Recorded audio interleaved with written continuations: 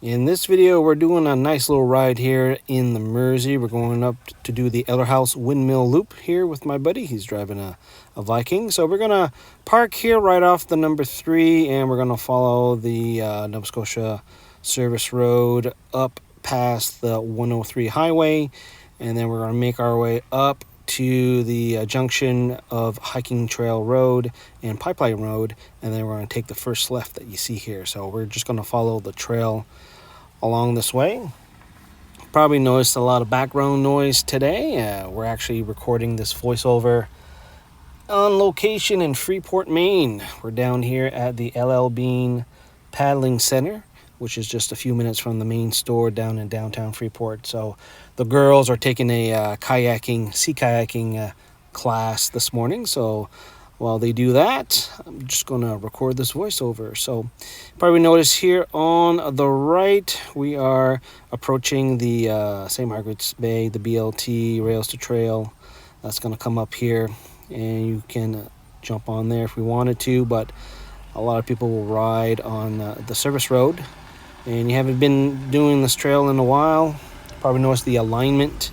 It's different. The trail used to be on this side and the service road used to be on the other side, but they changed that up a couple of years ago.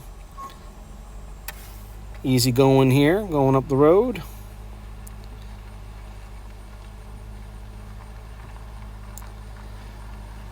And we're going to come up here at where the trail crosses the service road.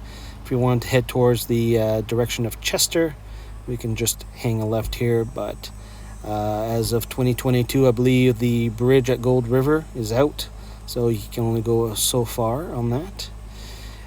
Here we could get on the ATV lane here on the left, but a little bit of a washout here, so we're going to go down here still on the main drag and cross over the 103 highway. Again, this is a couple years old when they start to twin the highway, so we're going to cross over here. And we're going to come up at the Safety Minded ATV Club parking area. And there's an ATV ramp for those with pickups with 4x4s, need a ramp to unload. We're going to come up here at a little parking spot here on the left. Coming up right here in a couple seconds as we get through some of these potholes. On good days, we'll see quite a few trucks and trailers. And hidden here, right here on the left, you don't see it here, but the ramp is right there for you to back up. And here we go. We're starting off the trip in earnest now. We're going to reach our first junction. We're going to finish our ride here coming at the right, but we start off doing clockwise, so we're going to hang a left, and we're on the Hiking Trail Road. We'll cross the bridge, and then we're going to take the very first left once we're up this little hill, and we're going to be cutting through parallel with the 103 heading towards exit 5A, and we're going to go around the mine or the gravel pit. So we're going to do that first left here, and then we're going to follow around the mine in parallel, like I said, to head towards exit 5A. And then we're going to end up at this junction right here. We're going to be coming out on the right, and then we're going to go straight up the trail right here.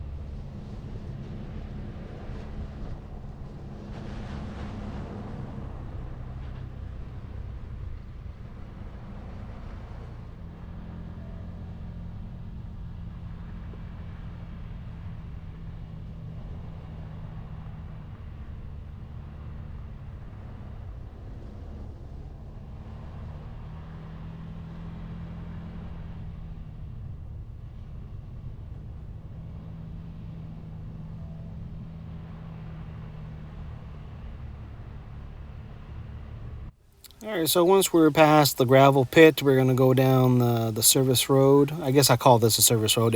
I mean, obviously it can handle big trucks. We're gonna hang a right here. We could have continued left, but we end up still turning right again, coming up here that you'll see. And then from this point on, we're going to be going again parallel to the 103, and we're heading towards the exit 5A direction. And we're just going to follow this this nice road, zigzag, a little bit of fun here. And then we're going to end up here at the junction that we saw in the little top right corner here from the satellites, and get through a couple holes, that washouts that always get me every time I pass through here. There's one, and there's the second one coming up here.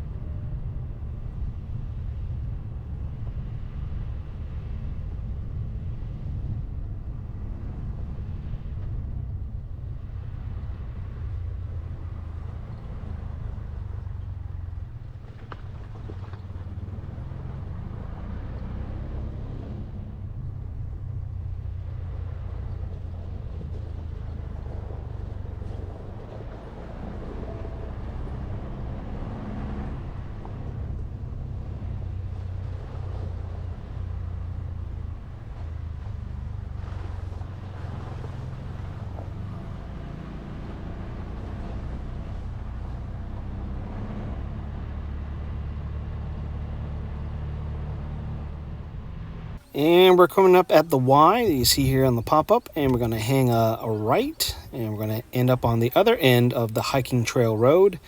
And we're going to head up to the top of the loop, and we're going to stop at this junction right here, and we're going to decide if we're going to go left or right.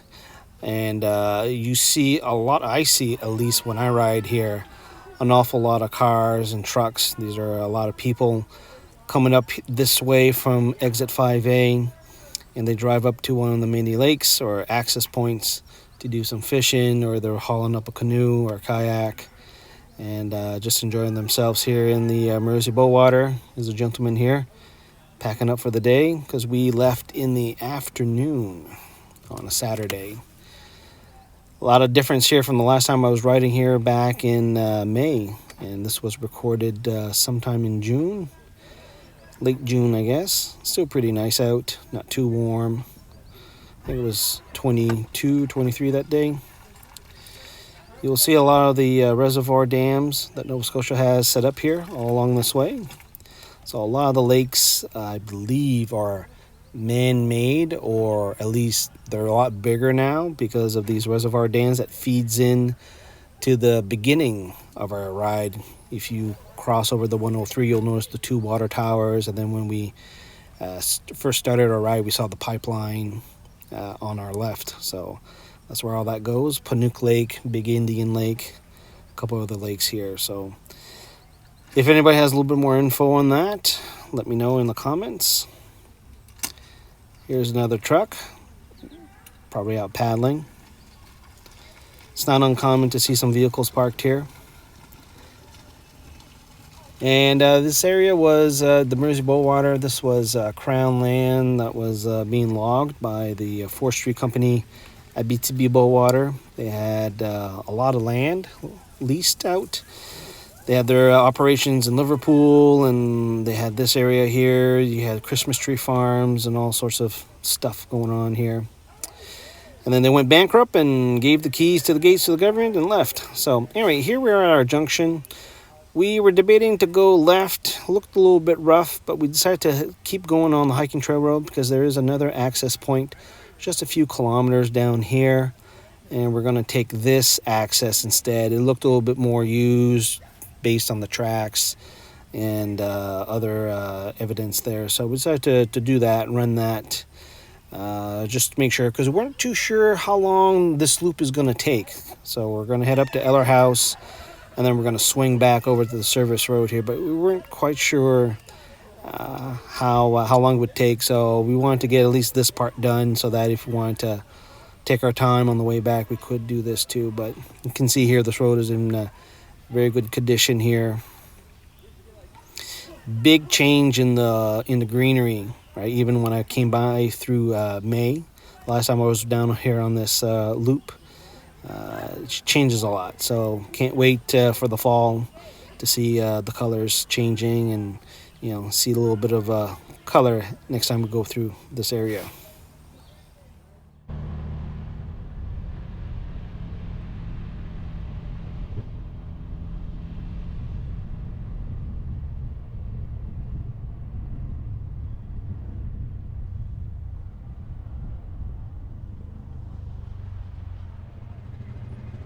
All right, so here we're at our next junction. We're going to hang a left, and now we're heading proper towards Eller House, and we're going to follow this road. We're going to exit the Mersey Bowater, get on the land managed by the Windmill Farm people, and then we're going to end up over here where we're going to stop, have a little bit of a lunch, and then we'll come back to complete the loop, make our way over to Pipeline Road.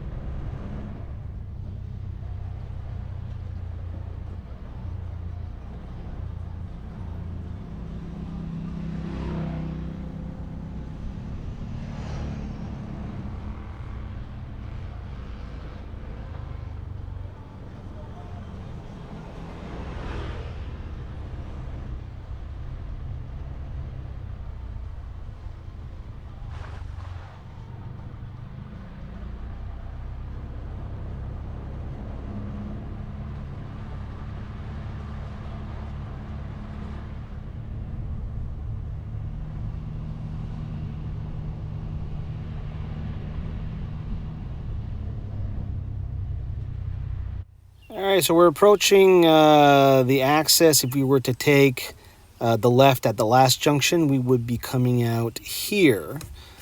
So we made a little note for next time. So now that we know where we end up, we're going to try that little section next time there to mix things up. So we're going to continue on our right. And at this point, we're going to be approaching the end of the Mersey Bowater lands, and then we're going to enter into the different property for the windmill, so different land management, and they will require a trail pass. So if you're a member of the ATVNS or one of the partner organizations, you'll be able to get in through. But we're going to highlight here in a second the area where they do have some signs up just to indicate that This area is not Crown, or at least different land managers. I've seen similar signs actually when I was riding up in northern New Brunswick earlier in the week, out visiting the folks, and the old man got himself a side-by-side. So we're doing some inaugural runs, and sure enough, there's an awful lot of signs up in my area in New Brunswick, up in the Madawaska, Victoria area, going through Irving and farmer fields and what have you here. So we were passing the gates. You probably just noticed on the right, we saw a little blue and white sign about 5 feet up. That's the sign, typical verbiage that you'll see in New Brunswick, that we're entering managed land, and just make sure you have your trail pass here. All right, so basically here we're just gonna follow. There's a few roads here, but just follow the beaten path. And we can see people have been up here before. The last group of four-wheelers and side-by-sides that passed us earlier. And eventually I was wondering, when are we going to see these windmills? And just up until this point where we actually start seeing the windmills. So now we're actually on the property of the windmills. And on this day, we didn't capture any other people on these roads, but we end up seeing quite a few going around, as this is a pretty large installation. So we're just going to go up on the road, and at some point on the right you'll see the snowmobile trail, so you'll see the snowmobile signs. Anyway, my riding partner decided he picked a windmill to stop by to have some lunch, so we're just going to pull up here. Took a little break, chit-chatted, and then was plotting the route on our return. So basically we're going to find our way to the service road that goes along the 101, where we're going to boot that down until we hit the very top of Pipeline Road, and then from there is just a straight line down. So so far so good, pretty easy riding, as you guys can see so far. And then when we decide to head towards the trail, you can see here we're going to follow the service road. So we're going to take the right here. You should see some signage on this. It's not difficult to find. This portion of the ride was a little bit more technical, right? You're getting more off the beaten path per se, some washouts, and we did encounter a few more riders here. So this one here took a little bit longer. I ended up going left, and you'll see a little bit later. Looks like people go right. I think they end up in the same spot, but this part here was probably the more difficult because of this washout. So as long as you take your time, have a little bit of fun with that. There's there's another area further up that was kind of fun too, and we'll have some steep inclines. So this is a pretty nice run.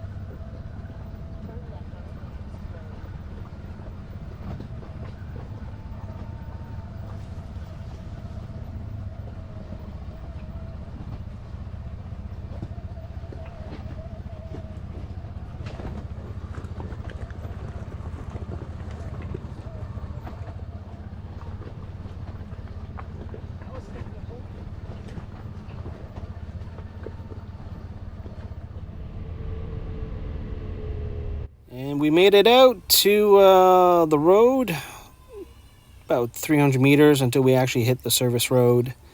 And then from here, pretty much a straight line parallel to the 101. And then again, we're just going to go down until we meet up with the very end of the pipeline road. And then straight all the way down to the start. Overall, pretty easy ride. You can see here, there's this one technical area here to get up. Looks like there was another way, probably a little bit shorter to get out. You can probably get out somewhere else along here, but that's for another day. But so far, I kind of enjoyed this ride. It was about 92 kilometer loop. Took about 3.5 hours to do, including the brakes. I'll include in the description of the video the link to the GPS track uploaded to Gaia GPS.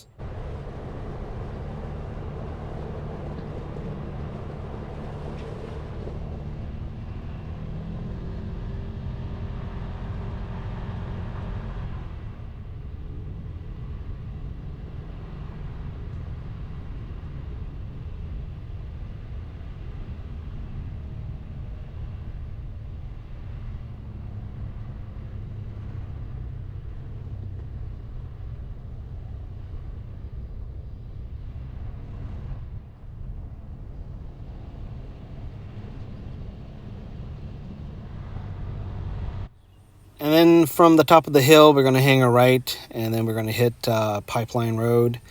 There's going to be probably some logging operations. Last time I went through here, this road was pristine gravel, but it looks like there were some operations during that time. So this section here was kind of muddy. I'm kind of highlighting a spot that you'll encounter further down. It's a nice little spot. You can get down to the lake. Looks like it's a spot where people do some overnights. And then there's another location further down that I didn't capture on the camera because I ran out of room. But there was a guy with an RV, side-by-side, a boat, and a pop-up tent. So it looks like a pretty interesting spot. So I'm going to try to check that out later on in the season. That could be a nice little spot to haul out the inflatable kayak with the missus, and she can go out for a little quick paddle. But otherwise, folks, I ran out of juice in the GoPro on this section here, so we'll have another minute or so of this video. But leave it in the comments what you guys think. Let me know in if the GPX track that I'll leave in the description is kind of useful, helps you out, or if you have any suggestions for me to try next time, greatly appreciate it. So otherwise, talk to you guys later.